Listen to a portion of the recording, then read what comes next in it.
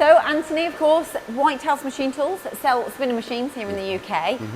As a brand, I know quite a lot about Spinner, but this machine you've got in stock. We have indeed. So this is a TC300. Shares many of the attributes of the other machines in the Spinner range. It's a compact footprint, again finite control, and as you say, we've got it available from stock. So this is bar feed ready with a 52mm bore. It's a driven turret on every station. It's got a true Y-axis.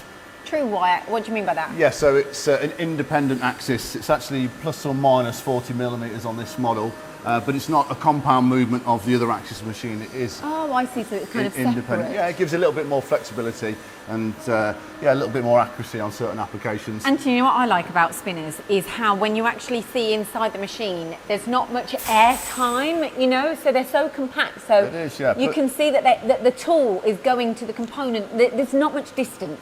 But they also have pretty good access into the machine as well. So you've got a nice big opening for the operator. You can get above the turret. You can get quite low into the machine as well. Partly because the parts capture is positioned over to the right, and it's sort of quite typically in the door itself. Again, really nice little feature for the operator in terms of access. But as you say, it's all very close together. It's all very compact as well. Compact, rigid, robust. Longevity is kind of what I think of when I think of these machines. But who's going to buy this machine, the TC300 then? I would say anybody that's looking at turning harder materials, more challenging applications.